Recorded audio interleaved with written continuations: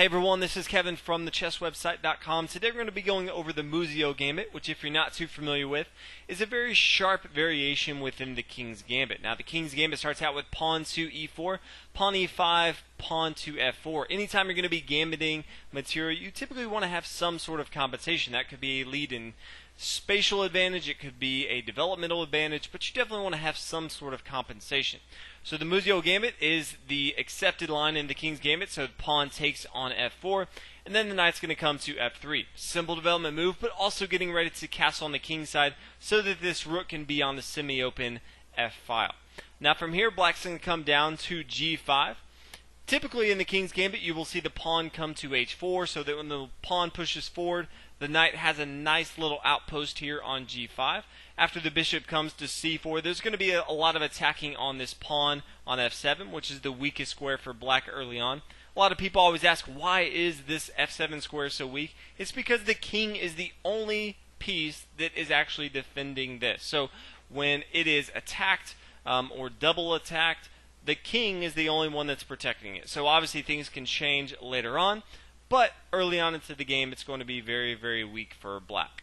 So instead, the Muzio Gambit of bringing the pawn up to h4 and creating this outpost for the knight, white is instead going to bring their bishop over to c4. Really putting a lot of pressure on this f7 square early on, and also getting the pieces developed as quickly as possible. Now the goal from black with this pawn to g5, because it is weakening the king's side, and you won't see it all the time, but the goal behind this is to continue to push forward. So black's going to play pawn to g4, but instead of actually moving the knight can no longer come to g5 because he doesn't have his outposted pawn on h4. Instead, white's going to castle on the king's side, again really ramping up that development. And after the pawn takes here on f3, then the queen's going to come to f3, and this is the Muzio Gambit. So I do just want to let you know, if you play the King's Gambit, you will not see this every time. Your opponent may, instead of bringing his pawn to g5 early on, he may develop one of his knights. He could always play a move like d6.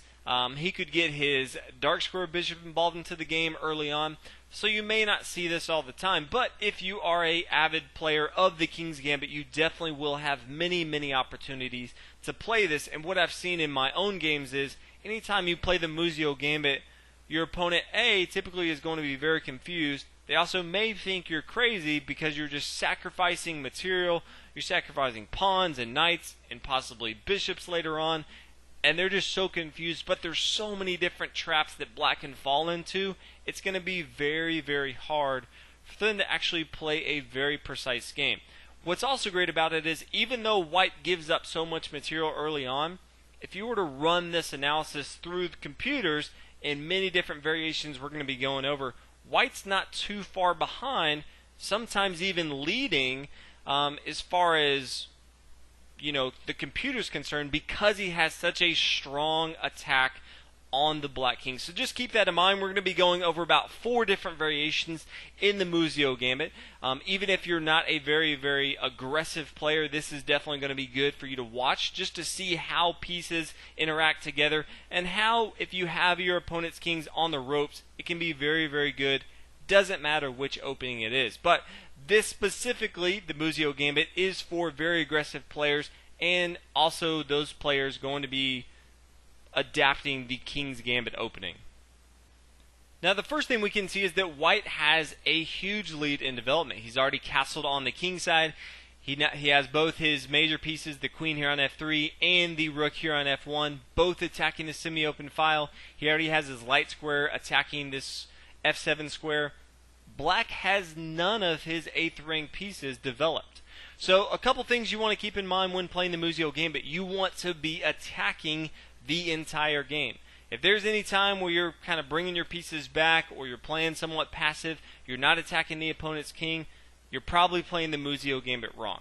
So sometimes you have to give up material, but you definitely want to make sure that your opponent's king is running around, he's not castled. If he castles in the Muzio Gambit, you are playing this gambit wrong. So just keep those in mind while we look at this.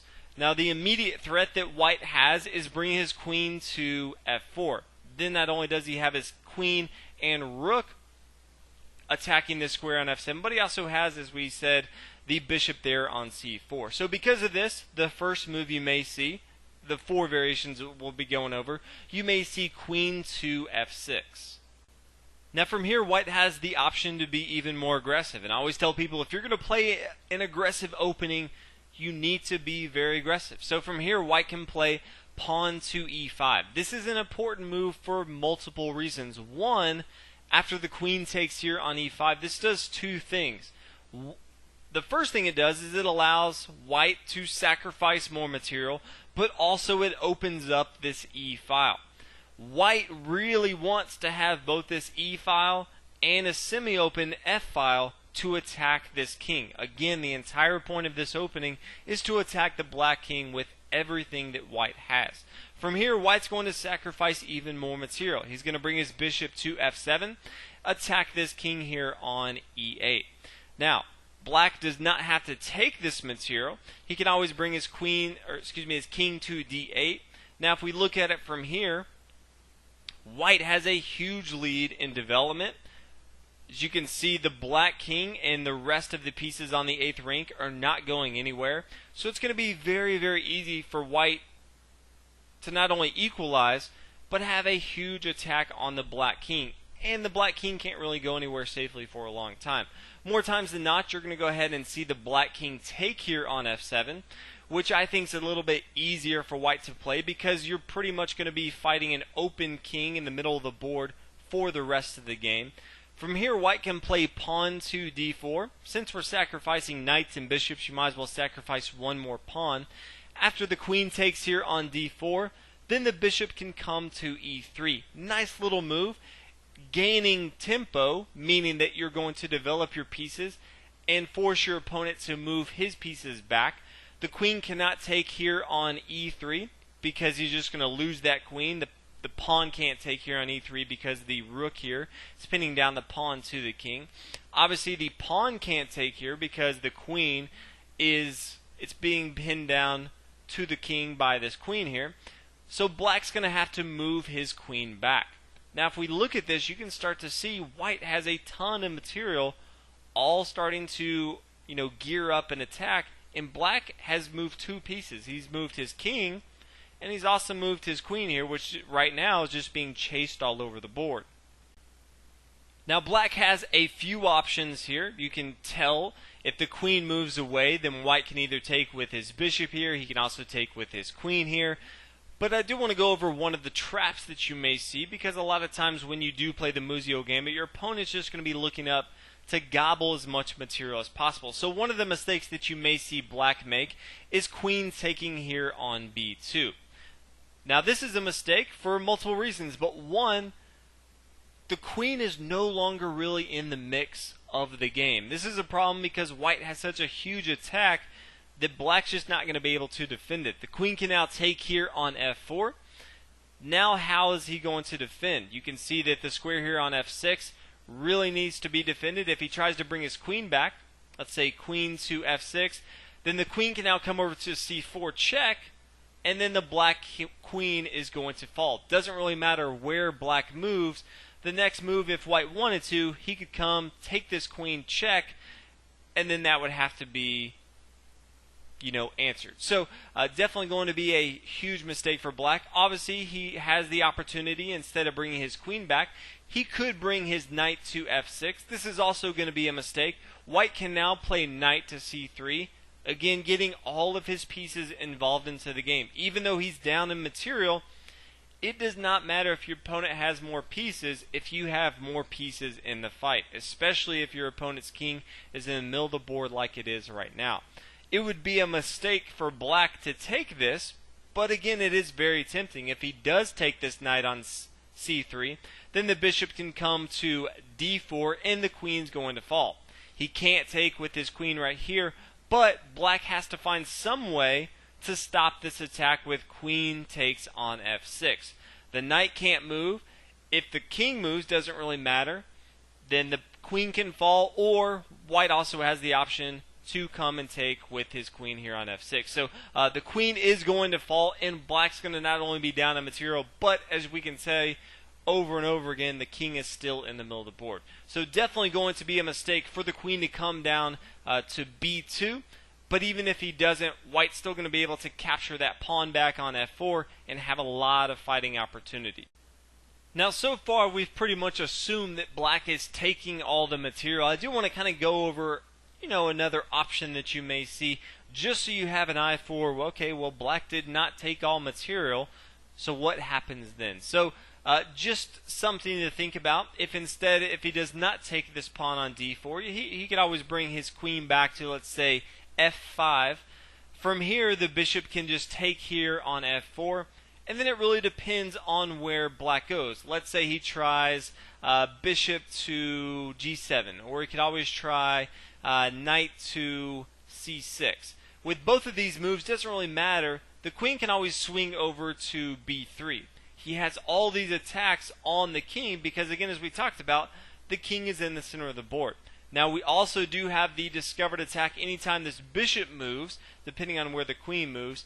There's going to be a discovered attack with this rook on the king, also attacking this queen here on f5. So black really is going to have to pay a lot of attention and think very closely where he's moving, because there's so many different traps that he can fall into. So definitely want to keep that in mind. Those are some of the variations, again, that you'll see if the queen early on into the game comes to that f6 square as we talked about.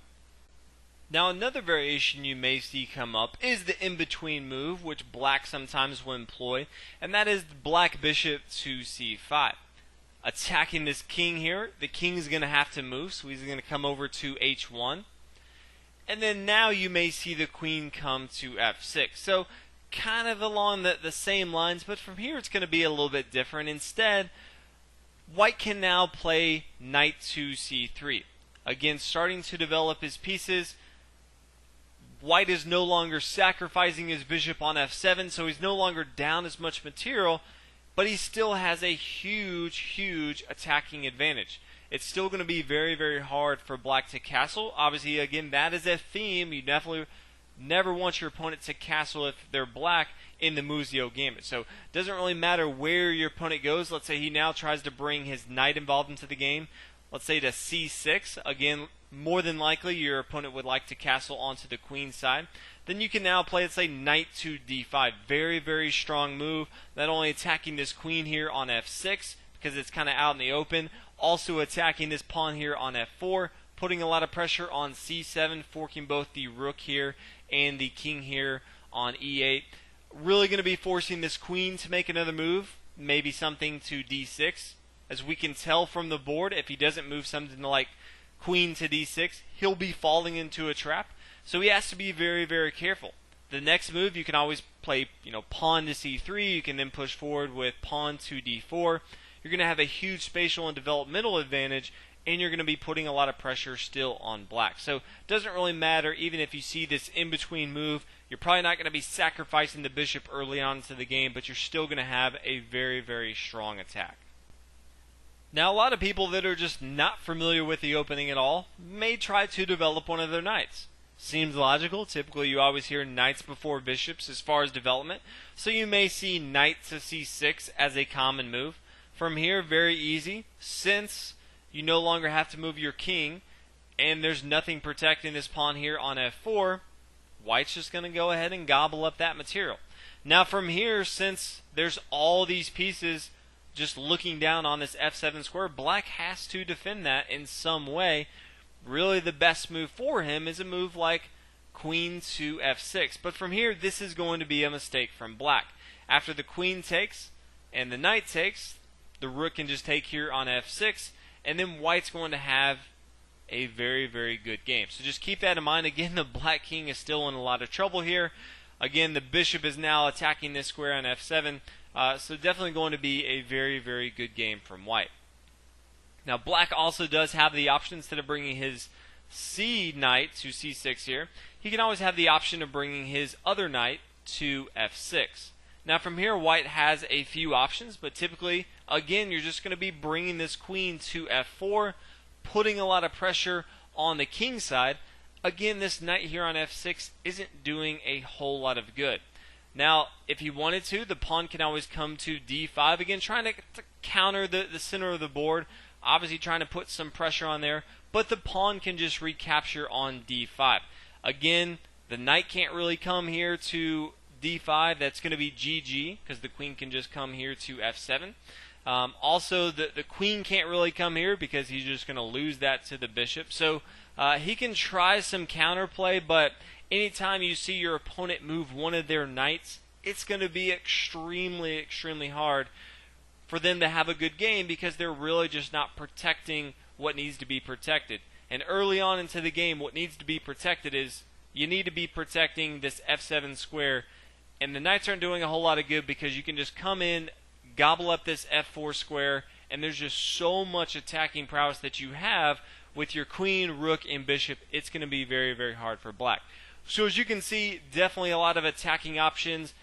Anytime I'm looking at the board and I see that I have a bishop, queen, rook, king castled, and I look at my opponent and I see that he has no pieces moved, this is an opening that excites me. So again, if you're an aggressive player, if you haven't tried this out already, I definitely recommend it. I would love for you to send me some of your games. I'd love to give you some pointers if you have some questions, or maybe you came up with a new variation that you've been playing within the Muzio Gambit and it's going really well for you. I just enjoy attacking lines like the Muzio Gambit. So hopefully you guys enjoy the video. If you haven't seen this already, definitely excited that you got to see this. Leave comments, let me know what you guys think, and I will see you guys in the next video. Thanks for watching.